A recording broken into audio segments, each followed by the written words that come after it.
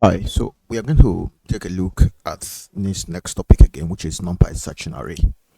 It's NumPy searching array. So its searching is very important. So you are looking for a particular value, and not just the value. We're looking at the position of that value in the context of arrays, in the context of a list of elements. Okay, so that's what we are going to look at right now.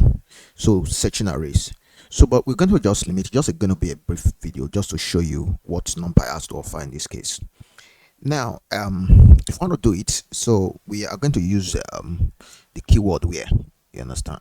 If you are familiar with SQL or Python, I mean, other things like other programming language, you always look at the word where. Keyword is a keyword. So we're going to use where in a NumPy. Now, the first thing we're going to do, let's import our NumPy now. Import NumPy as what? As MP. Okay, that's what we always do for to kickstart. Okay, so let's look at the arrays. Let's just take an array. For instance, you have, let's say you have mp dot array, for instance, array. Then you have an array inside, like let me just say 2, 4, 6, 8, and 10. So maybe I want to search. Let me say here is, let's assume that this array is called, let me just say array 1. Let me call it array 1. Okay, so I want to search array 1 now.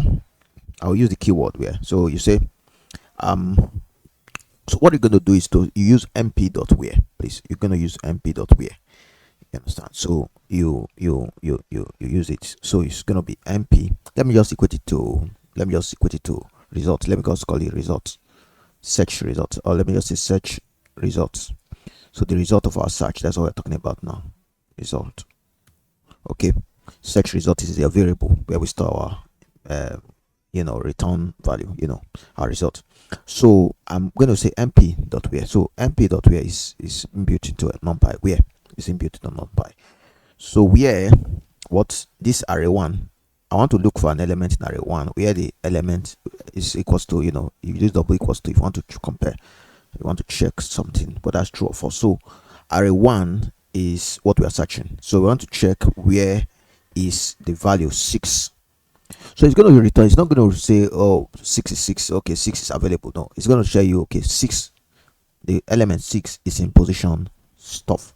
So you know that array counts in computing generally. Array counts start counting from 0, 1, 2, 3, 4. That is 0. You start counting from 0. Then you move to 1, 2, 3.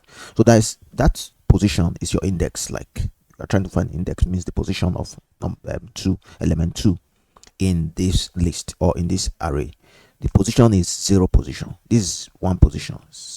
2 position. That is, you understand? So start counting from 0. You understand? The first element is 0 position. Okay. So it's going to return that to you. So let's print search result. Now that search result, we are, let's see what it gives us. So you're gonna see now.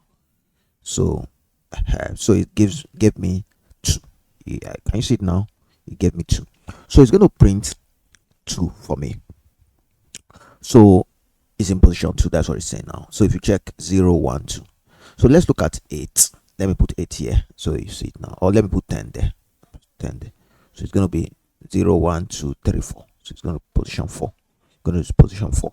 So that is how to get the search results, like the index, the position of that element. You want to search if it's actually available. Then let's just even search for a non-existent value. So non-existent value, let's see what it's going to give us. Let's say 11. So it's going to show error. So it gave us nothing. Okay, I thought it's going to show error, but it throws out nothing. So it doesn't exist. That's all. So you can use it for so many things to search whether an element is available or not. So you can do a whole lot of things with this search, and then you make your decision based on what the result. If it's true, if it's false, that will be okay. So that is that for search. You can also try your hands on using search on 2-dimensional arrays, 3-dimensional, and see what it gives you.